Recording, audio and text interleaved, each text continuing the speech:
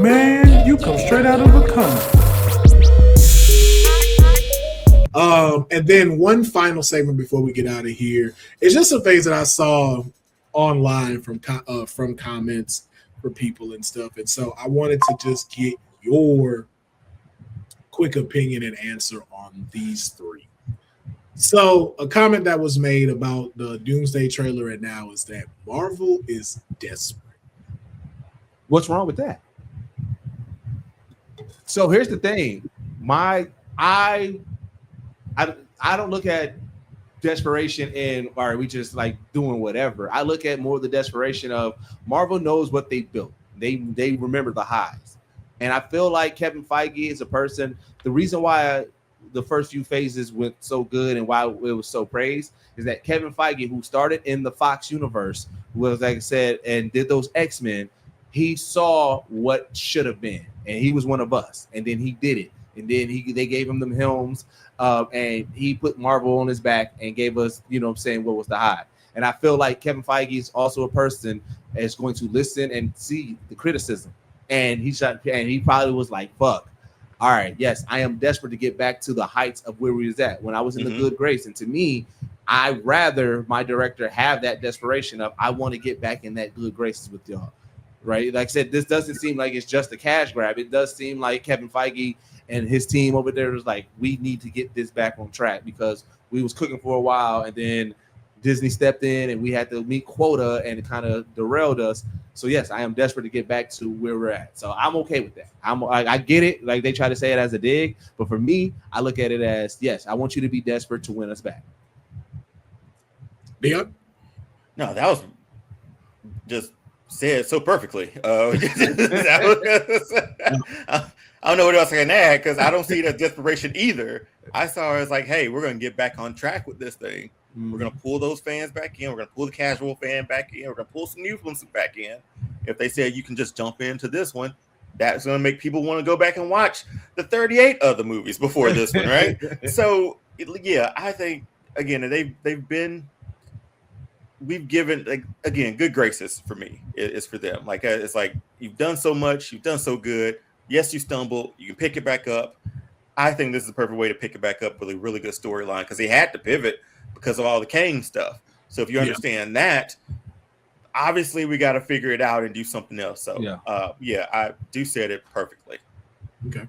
Well, then I'll throw the second comment to you because I'm in agreement. I don't really have nothing else to add when it's well perfectly said like Deuce did. So to you, though, I will throw it as a comment was thrown out that Deuce has said that Loki could be Chris Evans. I also said it too. I said it on Wednesday too. I just want to put that out there.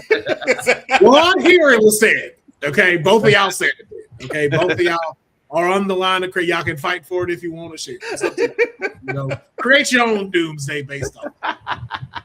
For this one, Chris Evans is Mephisto.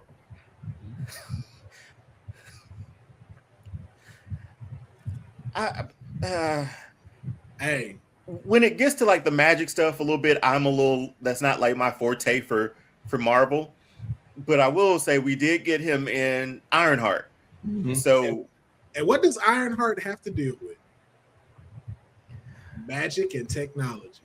What is Doom centered around? Magic and technology. And also, too, remember, Mephisto has Doom's mother, if they're using that in this version. See, we don't know yet. We don't know. We don't know sure yet. But Chris Evans being Mephisto. I'm not against that idea. Only if, like I said, within this movie they really do continue with like Sacha Baron Cohen setting them up, and they do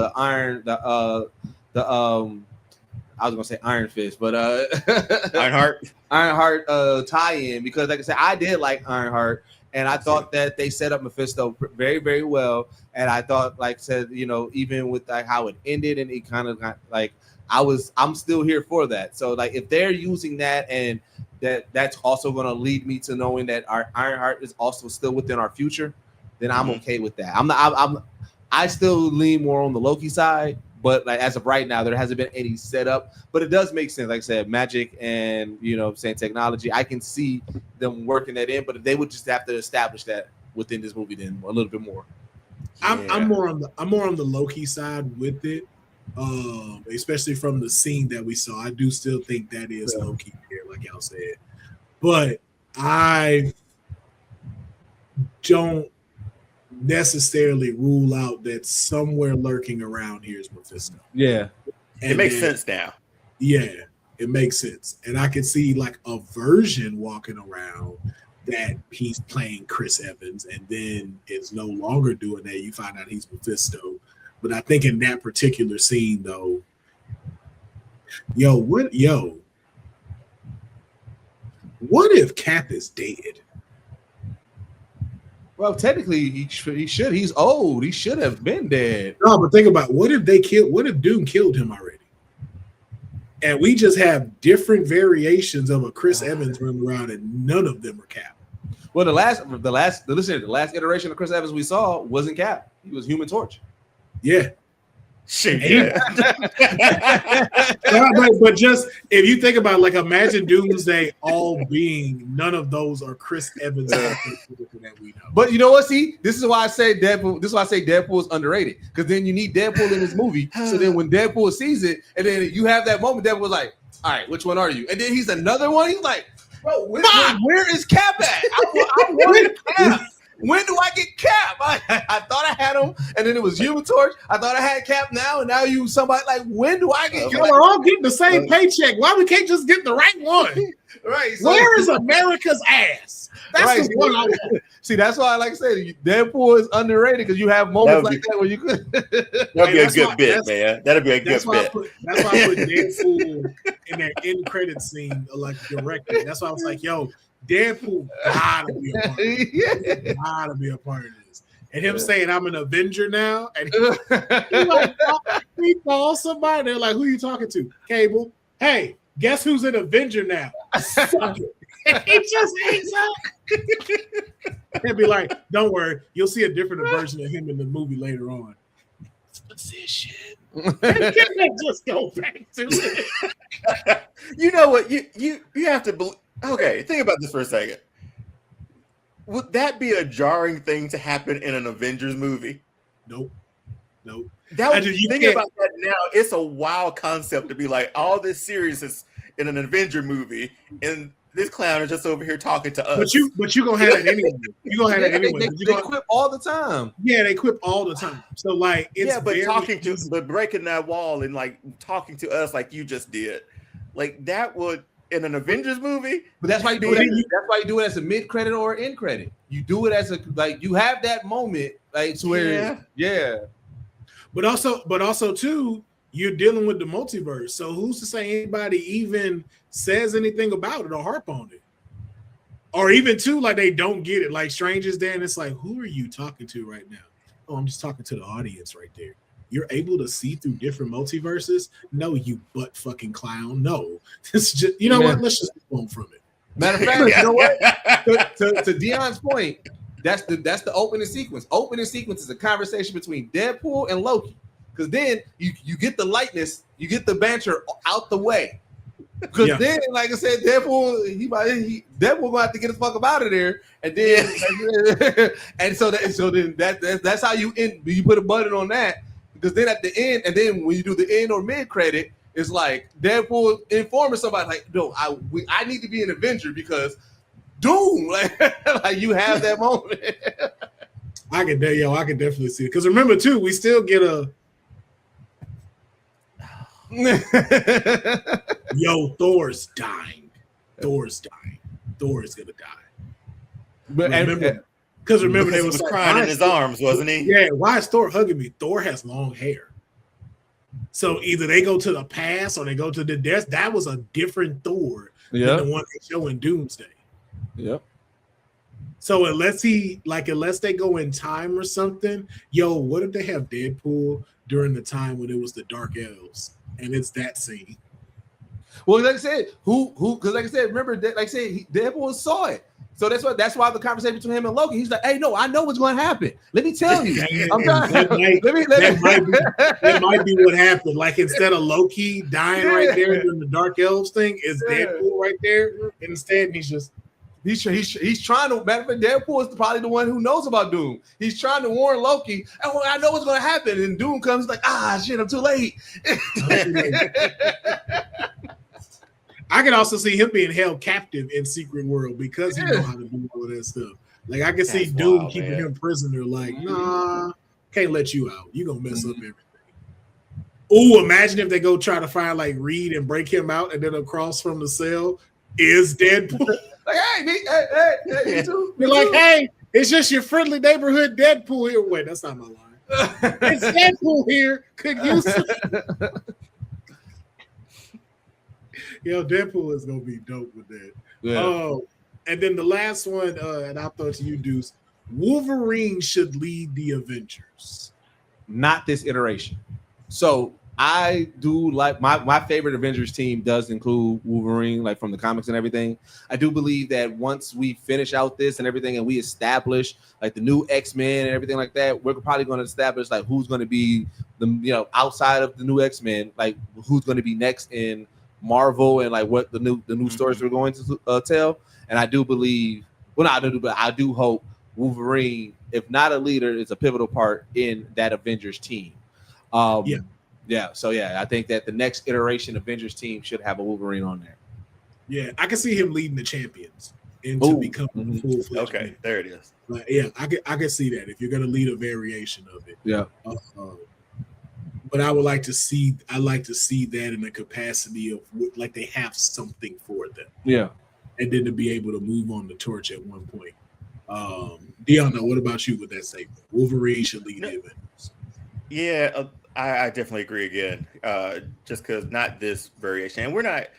I know they make a joke of like Hugh Jackman until he's 90. Yeah, but is there any chance we get like when we do recast the X-Men and or whatever, there's a new Wolverine too? I would hope so, because I know a lot of people lean on like Wolverine never ages, so Hugh Jackman can technically still be Wolverine, but I don't know. I like Hugh Jackman played Wolverine for so long, and I just feel like getting my original statement. If we're keeping certain people from the past, then it's gonna always have that lingering what if, or maybe this person can come back. This very like I feel like if we're going to do a new X-Men, let's do a full new X-Men. Like let's. Well, that gives it to the point where I don't think you're going to start the X-Men where you have Wolverine. I think you do start off at the beginning where you don't get introduced to it. I think you do it. We establish more of Xavier, establishing the X-Men, but also seeing the relationship between him and Magneto. And you have more of the Brotherhood being shown too, and them having established characters and the back and forth between these people now. I don't think you really need to recast Wolverine for quite some time because you've already talked about him in the MCU and She-Hulk.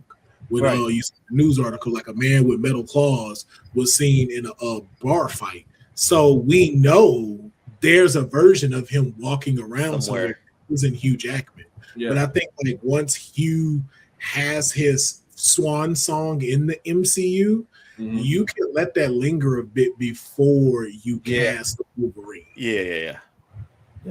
That's why I said I kind of agree with that. With even before you establish the full Avengers, like I said, we're leaning in on the mutant saga. Let's lean in on the mutant saga. Let's let time pass so that way we can separate the actors from the characters, and then once we start trickling in the new characters and everything, we can kind of start seeing, a new threat that causes a new team of Avengers to form and everything like that. Like we can get into all that. I feel like these next few years, maybe even half a decade or even a full decade, I'm just like, let's focus on the mutants. Let's focus on that. Let's get away from the Avengers so that way we can separate those actors from those characters.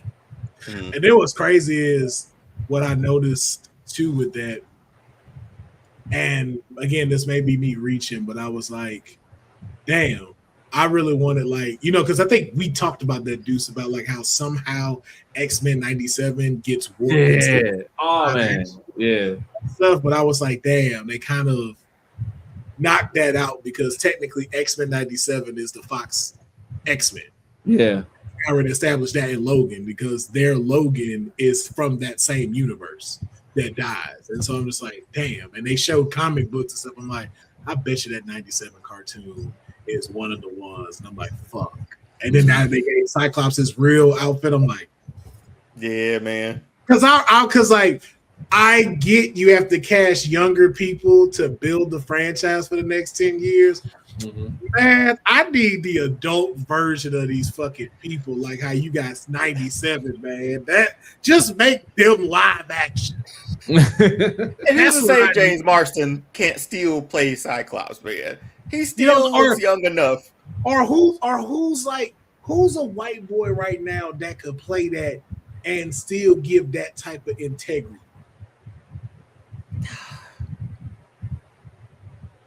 I don't know off top, man. I don't either off the top of my head. That's not that's still kind of young. Because I still wish Austin Butler would have been Gambit. That guy that played Elvis. I really wish he'd have been Gambit. He still can't shake that Elvis voice sometimes. No, he still can't. That shit is crazy. But I like him, but yeah, he could have played a good one. But it was like I want like their generation, everybody who's mid 20s look young. Like they look like babies, or they look like two old adults and stuff. I'm just like, man, I need my Cyclops 6'2", Jack. Just mature. Yeah, mature, bro. Yeah. Not like kids, man. I want a mature X-Men. Like they ain't got to be in their 30s or nothing. But I'm like, man, bro. When I see them, I'm like, yo, they look grown. I don't want babies. Like that's what I feel like failed when they did the First Class reboot. And I was like, all right, man, I like it, but when they got to what I think Dark Phoenix, and they were kind of like in the 80s, and they were in the mall and stuff. I'm like, they look like kids, bro. Yeah. They kids, they students. I'm like, nah, man. I want motherfuckers who I ain't gotta ask them for their driver's license. I know how old you are. Nigga, Cyclops, you look like you. You look like you got a job. You look like you just came from work. Yeah, I agree. They need to be older, man. Yeah. I hope that they end up being just adults, all of them. Let's roll with that. That's why I don't want Sadie Sink to be Jean Grey. Like I said, you got to think that's what I hope they continue to do. Like what we've been seeing a lot of directors do is tell which comic books that they're using to tell the story. Like once we get into the Mutant Saga, I need them to really establish what Mutant Saga storyline that they're following. Because like I said, if the Fox universe essentially did what like the original X-Men animated story, like they try to tell that storyline a little bit and everything like that, and it's just like, yeah, I don't want to revisit that. We have already told it multiple times. There's a lot, like I said, there is a lot of grown stories, X-Men storylines that you can tell, and still kind of get that, So it's like, just tell us which comics that are, and then we can do that research, or we can use it. But yeah, I do agree that we can give more grown X-Men. Yeah, man. It makes Sadie Sink either Scarlet Witch or Firestar. That's all I'm saying. Yeah, she ain't Jean Grey. She ain't. Ain't no way. Ain't no way I'm introducing Jean Grey in that movie, man. That's what I'm saying. And as a villain, like that don't make no sense. I could be wrong next week. I could be wrong by this time next week. Oh yeah. But I'm sending 10 toes down today. Same. I'm doing the exact same thing, bro. She the Firestar or Scarlet Witch, but she ain't Jean Grey. That's my reach, but yeah, I don't think it's Jean Grey. I just feel like the only reason why I feel like it's not Firestar, because I feel like that character is not big enough to have so much secrecy. It's the secrecy that leads me to Jean Grey. But I think people doing it is what led to the secrecy of it. That's what I think. That's what I feel like. I was like, oh, well, everybody's clamoring now. We might as well keep it a secret and not say nothing. But here's the thing. This is where I'm like, I give Kevin Feige and their team a little bit more grace, because I feel like with the Ralph Boner situation, they learned that like we can't trick people like that. Like people was upset that that Evan Peters was not Quicksilver. And that bait and switch, it was like they was all in. They thought it was going to be a hilarious joke, and they realized very quickly the fan base was like, "No, that's not a joke that we like." And I feel like but he dressed like him, though. That's the thing, though. He dressed like him. and you look like Quicksilver. Like, no, I know you that. played this guy, right? So, but I feel like they would like even like they asked Feige. They was like, hey, y'all, you gonna be announcing Damson Idris as T'Challa? He was like, no. I feel like he's at a point now where he's like, I'm gonna give y'all straight answers because we learned our lessons. Yeah. So I feel like, but they also be lying though. They do. They also be lying. I feel like if they would have caught wind, they're like, hey, people think that this is Jean Grey, and if it wasn't Jean Grey, they're like, let's not lean into this. Let's kill that noise now. But you got to think about it. When they say no, and then that happened to be right, we've gotten a lot more of that, and we continuously get that throughout the time. Because remember, Charlie Cox said he wasn't in Spider-Man. That is true, and he was in it. Yeah, caught a whole brick and everything. Yeah. But see, those are happy surprises. Not if not. But I'm saying is part of the cast. Like her name is top credits. You know what I mean? I get what Deuce is saying, but I don't think I give you an X-Men in that movie. I don't. I just don't feel like that's the point to be like, here's Jean Grey in a Spider-Man Sony movie. But here's my thing with that too. Of Firestar also makes sense because that is a great gateway to mutants. Because remember, her and Bobby are the reason why Spider-Man eventually goes to the X-Mansion. True. And then imagine us finding out that there's a Charles Xavier in 616. Then who is it? I hear you on that. I just still feel like there's going to be a lot of people who are like, well, who the hell is Firestar now? Hey man, you got but again too, look at the villains he's facing. Don't nobody know who Boomerang is. It's like, I thought he was in DC. It's like, who is this dude he fighting? Who is Reflector? Like remember, we know Spider-Man and Spider-Man and Friends on I think Spider-Man it's on is Amazing Friends. Yes. Yeah. I think so. That's going to be an uptick in watches as soon as Firestar. That's going to be front page of Disney Plus when you go on it. The more it's just running like that. Look how big like Spider-Man's apartment is. There's no way he's gonna continue to afford that by himself. I'm just saying, we'll see, man. We're days away. We'll see. We're days away, man. But listen, man, we're gonna go ahead and wrap up this episode of Shroud of a Comic Book. As you can see, when we get together, we start talking Marvel, start talking DC. Like, I don't even like for the last 30 minutes, I don't even think we mentioned Doomsday. We just switched over to X-Men, man. But I know these two incredible hard workers, man, they got to get back to their regular lives, which is doing amazing creative stuff. So I don't want to hold y'all up too much longer. So again, thank you for checking out this episode. Please let us know in the comments below what you feel about the Doomsday trailer. Give us your craziest hot takes. Let us know if you were in the director's seat, what would be your opening sequence? Who would die? What would be your end credit? Also, give us someone who we didn't mention in here that you think is overrated, rated, or underrated. But make sure while you're doing that, you hit the like button, you hit the subscribe on not only the Arcade Tokens YouTube channel, the Will Pharaoh YouTube channel, the SOACB YouTube channel, and as well as our Twitch channels, because we do go live. We will be playing video games. You're going to see some of that between me and Dion real soon. And then, of course, make sure that you check out Deuce's Geek Set podcast along with the entire crew, Bacardi, Dig, Hippie, everybody. I know I'm forgetting folks. This man got a whole X-Men squad now. It was just the three of them. Now he was like, no, this man had just been recruiting. Yeah. So make sure you check them out every Sunday. They are live with the Geek Set podcast. Go over and see some of their footage from DreamCon. With I just want to throw it out there, man. I felt like this felt like a Comic-Con for us because we got to announce something that was late breaking and everything, but we have officially partnered with Carl Jones and Love Jones Martian Blueberries animation studio, and we're bringing y'all the Black Geek documentary. So I'm excited about that partnership, man. I'm very excited about that. Yes, indeed. Believe me, he's been working very hard. Look, keep saying him.